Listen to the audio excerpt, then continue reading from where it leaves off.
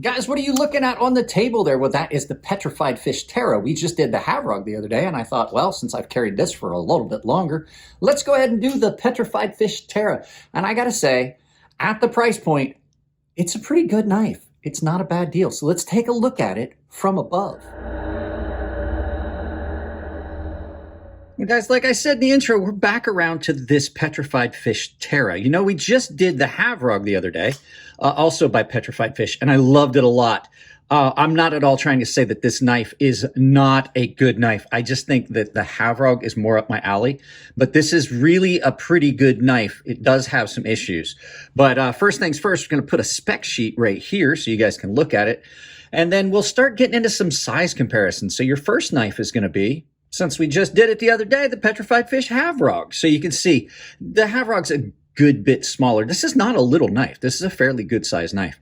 So there's your first one. Your next knife's going to be the Reate Horizon D in carbon fiber. So you can see they are almost one for one. Tip to tip, heel to heel, pivot to pivot. They are almost the same in length and size. I got this because this is a dimensionally bigger knife than the Havrog. So, and your final knife, as always, is going to be the Chris Reeves Sebenza Large 21. So you can see this knife's a good bit bigger dimensionally and a little bit longer. So yeah, good size comparison. Most people are going to know the size of this knife. Let's get this out of the way and talk about this knife. Good things, bad things, how I used it, and things I found. So this Petrified Fish Terra has kind of impressed me at the price point. These knives, the Petrified Fish knives, are not real expensive.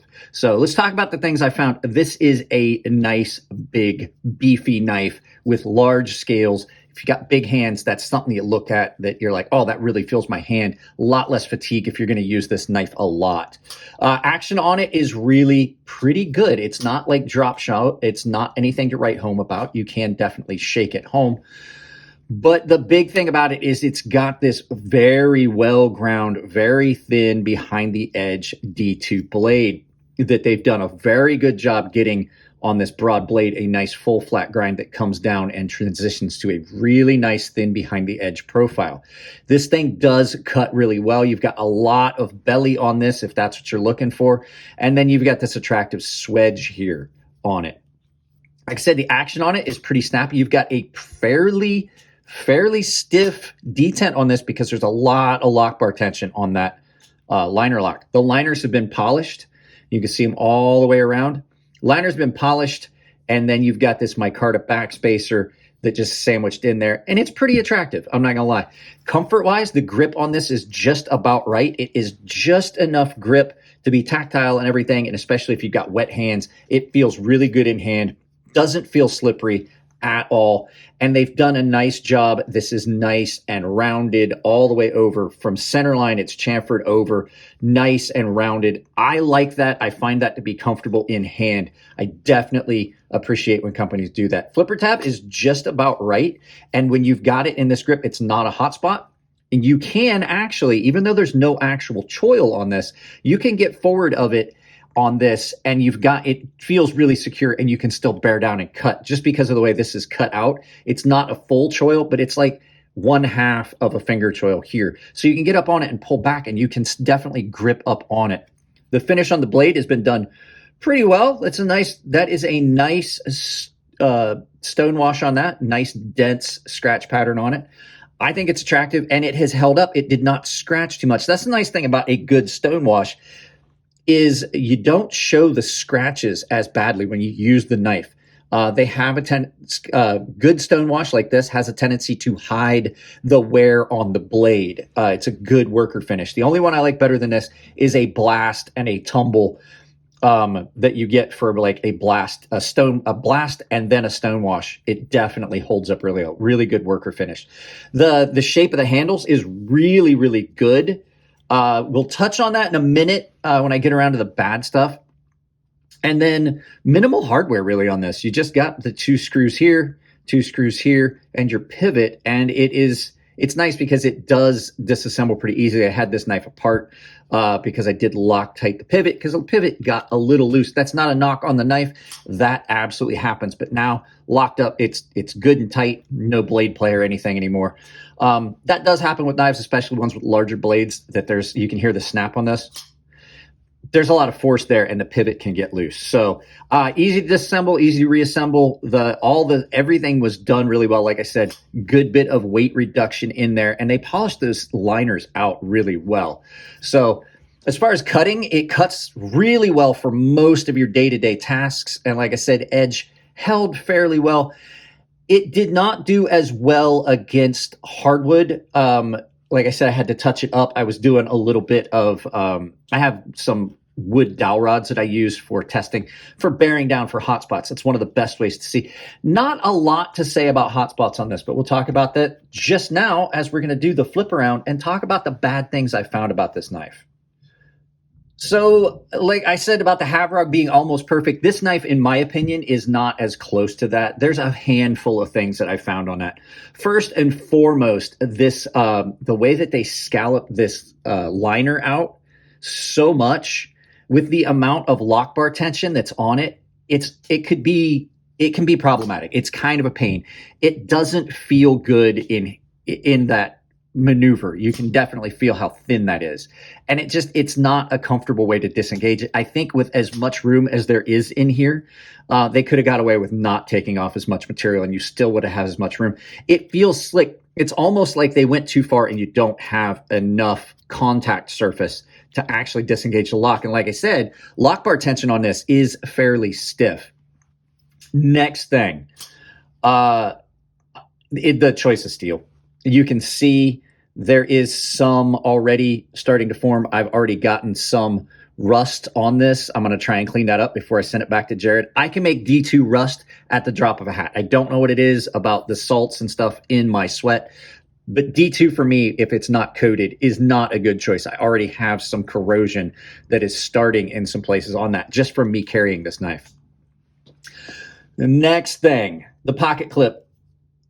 The pocket clip is good in and out of pocket. I didn't really touch on it. It is nice and deep carry, but with the pocket clip on it, you see, like, it throws me way out of alignment with the cut. When I have that knife in a natural grip, it throws me way out of alignment.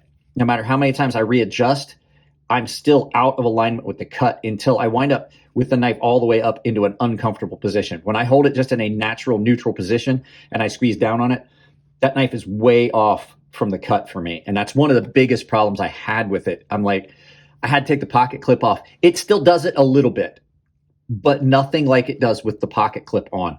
I think that there needs to be maybe they need to address the pocket clip or something. I don't know why it does it with some knives, but I find that to be problematic, especially if you're going to do a lot of cutting. If this is going to be a primary use knife and you do a lot of cutting in your day-to-day, that might bother you that it's off.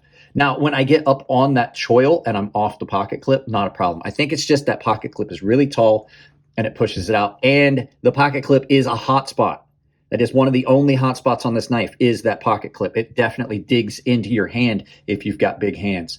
A couple of little final things. You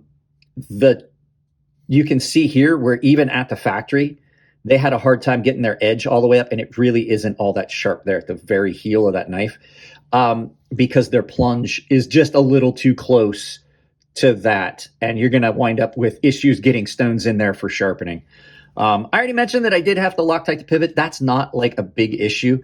And then the final one is, I don't like lanyard holes. Like, that's just an aesthetic thing for me. It's just the lanyard hole thing. And I'm not a big fan of the blade shape itself.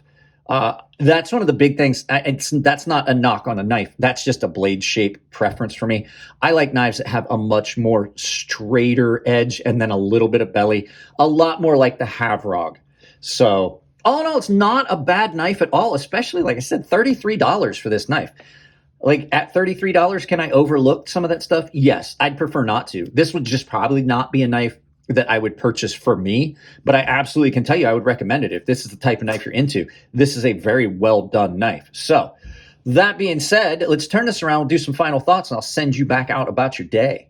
So there you go, guys. That's the final turnaround on the Petrified Fish Terra. This is a very good knife, and the negative things I said about it are common in a lot of knives. So it's not that I'm bagging on it. I just kind of felt like at first I kind of felt let down after I got done carrying the Havrog, and I went back to this because the Havrog was so good, and then this is just run of the mill kind of budget knife. But the Havrog is more expensive than this one. So, you know, you kind of get what you pay for, even with budget knives. So that's all I got on this one, guys. If you like the content, give it a thumbs up. If you don't like it, give it a thumbs down, but tell me why. I can't change it. If you don't, tell me what you don't like. If you want to support the channel, it's as simple as like, share, subscribe, drop a comment, hit the bell icon. If you do hit the bell icon, make sure you've got notifications on that set to all, and make sure you've got notifications turned on your device so you will not get notified of all the stuff I put up.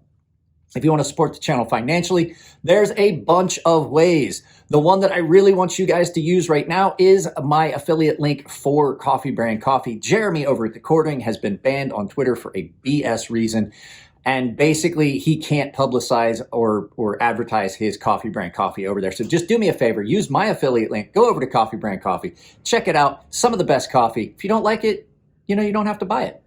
But other ways you can do it, I have a ton of affiliate links that are through Amazon down below. Anything you purchase with those Amazon affiliate links, even if it's not the item you clicked on, you can it will definitely support the channel. It doesn't cost you anything at checkout, and it absolutely supports the channel directly. So I just get a little bit of a checkout. So if you're buying bath towels or broomsticks, it doesn't matter.